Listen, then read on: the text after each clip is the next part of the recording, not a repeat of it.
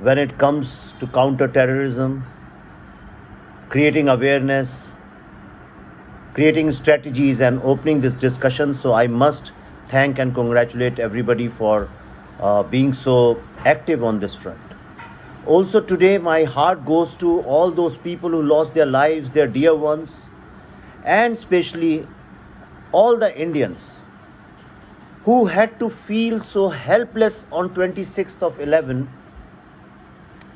I remember I was going with my children to Goa the same day and next morning, and I heard on TV that there were some blasts near Leopold Cafe. Living in Mumbai, one would thought that that was a mafia gang war, but actually it turned out to be a war against India. I always maintain it was a war against India. Every terror attack, every terror activity which takes place on our land, where Indian property, people, lives are lost, our soldiers, our CRPF, border security forces life is lost, or any soul who dies, I call it a war against Indian state. Today the problem is terrorism is, and I do not understand why the esteemed guests here maybe can throw some light on this, that why this world is still so stuck on calling it terrorism and not a war against a state. The problem with terrorism is that this term itself has been diluted, because we always hear so much about it and it's very difficult to identify that who's the mastermind behind it. All of us know that 2611 ISI Pakistan was the mastermind behind it, but there is a certain section which starts creating a counter narrative instantly, and that's where I think the intensity is lost. I would like to throw some light in whatever brief time possible, that why today terrorism is not only fought by men and guns.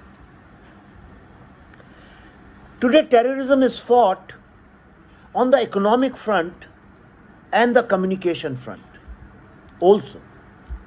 And these are the two very strong arms. In fact, somebody who was very closely associated with this had told me that fake news is the new AK-47. I would go one step further and I would say using a country's soft power, hijacking it, dominating it, and using it to your advantage is the biggest and the strongest arm of terrorism today. Anybody who wins the war of narrative anyway gets ideological and moral support from a certain section of the society, and that way you divide the society on these two fronts. Let me explain why. And I'll keep it very limited only to my area of expertise.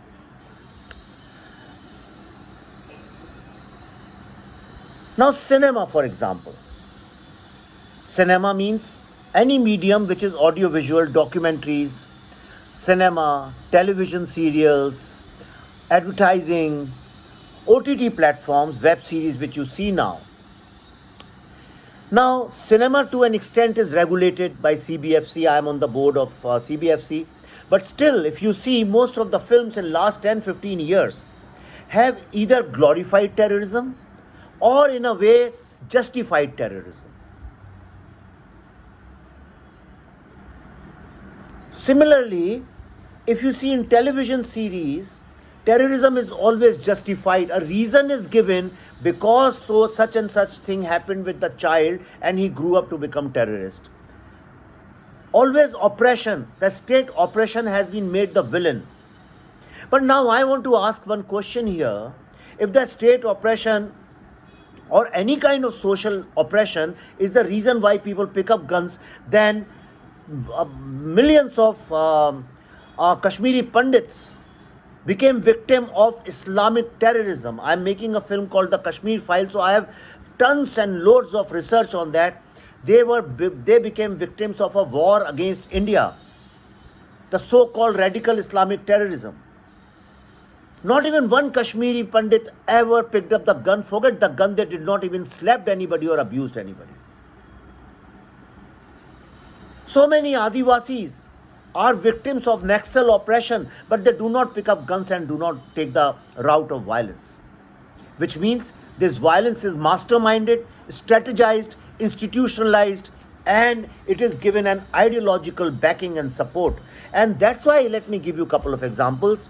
Today, if you start using the word Islamic terrorism on social media, within no time you will be either shadow banned or your account will be suspended. There are hundreds and thousands of examples like that, including mine. Anand Rangnathan has been victim of it. I have been victim of this. Arif Zakaria has been victim of it. So many people I know. There are hundreds of people I know. The minute you start saying Islamic radical terrorism, your account will be banned, and if it is monetized, they'll take the monetization away. You will be punished for doing it. Now let me give you my personal example. How slowly narratives are built and how they support terrorism and why it has become impossible to defeat terrorism today. I will name, you can guess, one of the largest OTT platforms invited me to take a web series on genocide of Hindus in Kashmir. These are all factual things. And since I have done research for 3-4 years, so obviously they called me. But they put a condition over there. The condition was that I cannot use the word Islamic terrorism. They said you cannot blame Muslims for it. You cannot blame Pakistan for it. So I said, then how do I make it if there is no villain? They said, if you say Hindus are killed, then you also have to say that Muslims were also killed. And they were forcing me to make it on human rights issue. I said, but the human rights of the Kashmiri Hindus were taken away. I would want Aditya Tikku to speak with me on this after this conference and on some day or the other, because I am shooting the film on the 10th now, 10th of December. Or any Kashmiri Hindu or expert on this subject who's involved, who knows about Kashmiri genocide, please speak to me. I would like your help also. Mr. Vijay Tikku is also there. Lots of Kashmiri people are here. So they told me that every time you say that there was that Kashmiri Hindus were attacked, you also have to talk about the Muslims. Now this kind of monkey balancing justifies terrorism, where here in the case of Kashmir, the villain is only one. And villain is very easily identifiable. But unfortunately today, in Indian, the so-called audiovisual medium, which can be used very strongly as soft power, like USA and UK have used soft power of Hollywood to create an impression everywhere. See how they defamed Osama. They made so many movies on that. They have been making movies on Iran and Iraq, but India somehow has failed to do that. When somebody like me tries to make a film or create a narrative against this, then the mainstream media comes after me. The intellectuals and historians come after me, and they start calling you bigoted, they start calling you right-wingers, they start calling you stupid nationalists, and they try to shut up. This war of narrative cannot be ignored.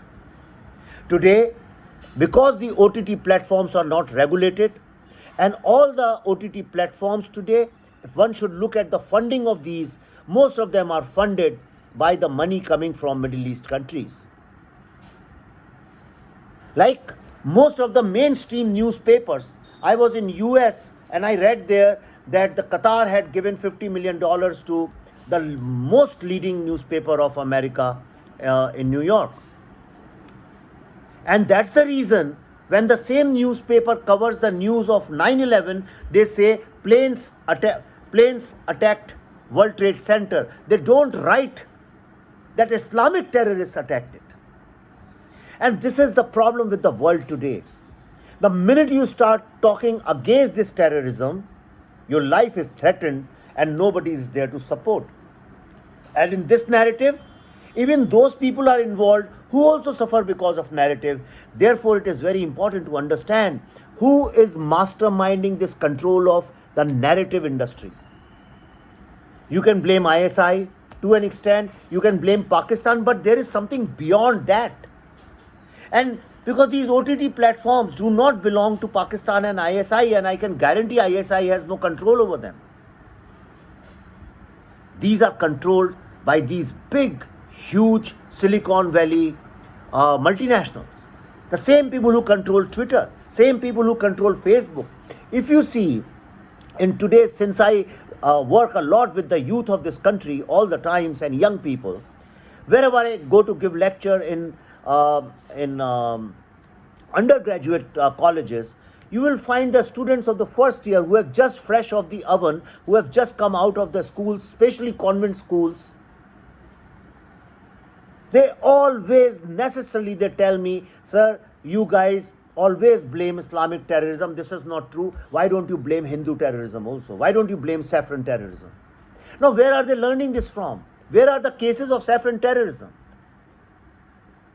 I am sure they must be learning either through this so-called soft power which they have access in their telephones, or they are learning in their schools.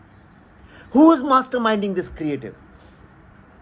It's because in the modern world, the wars are being fought with info war and cyber war. Today, most of the cyberspace has been captured, hijacked.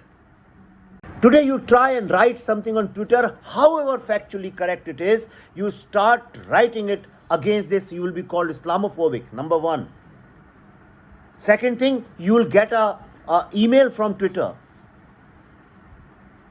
and they would warn you. They'll say if you do it again, your account will be suspended. And not only that, let me also give you one small example before I finish this, because it shows, and I am saddened to know that nobody in this country is talking against the war of narratives controlled by terrorists, not the terrorists with guns, but the real terrorists who control this so-called social media, the so-called modern digital communication, and it can be called the info war and the cyber war. Now, as far as the legal part is concerned, I wrote something, I exposed something against one urban naxal.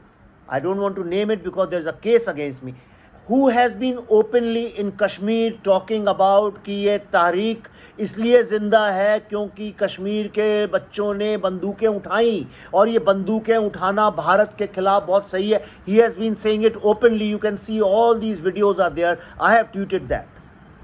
I established his connection with some lady who's an estranged wife of a High Court judge, and he filed a case of contempt of court against me, which me and Shri Gurumurti ji and everybody became victim of that. We are fighting it.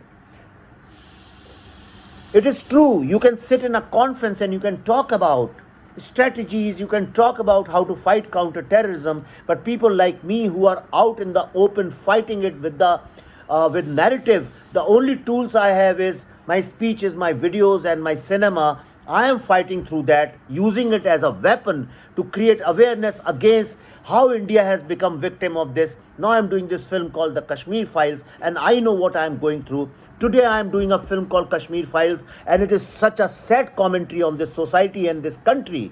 And our commitment to fight against this war of terrorism is that I am not being allowed to shoot in Kashmir despite Article 370 being abrogated. Despite the central government having full control on Jammu and Kashmir, I cannot shoot over there in a democracy called India, and it is such a shameful thing. And that's why I would like to impress upon you once again on this esteemed panel and the great people who are here, please raise your voice. Because unless and until you have narrative in your hands, you cannot defeat terrorism, because all these people who control Bollywood studios, all Bollywood studios today are owned by Hollywood studios. There are no Indian producers. There is no media which is fully independent and Indian. Either there is money from Middle East being invested in it, or money from China is being invested in it. In fact, there is a report in The Print which was ex-president of Indian Editors Guild, Shri Shekhar Gupta, runs it. There's a report over there, you must see it. I have tweeted many times that how 100 journalists are on the payroll of China and their children are being sponsored to study in American universities, how they are given flats in Beijing, and how they are on the payroll of China to create a narrative against India, and they are using Indian journalists for that. I am not saying it. How do you know today that these powerful journalists and the so-called influencer and intellectuals are not on the payroll of these indirectly connected but the real masterminds of terrorism in the world, which the entire humanity is victim of? So this is my final request to all of you. Please study on this, please research on this, and unitedly all of us should support each other and fight this war in the modern world, the digital world, where the biggest weapon in their hands is creating a fake narrative against India. Thank you. Thank you very much. Jai Hind. I wish you guys all the best.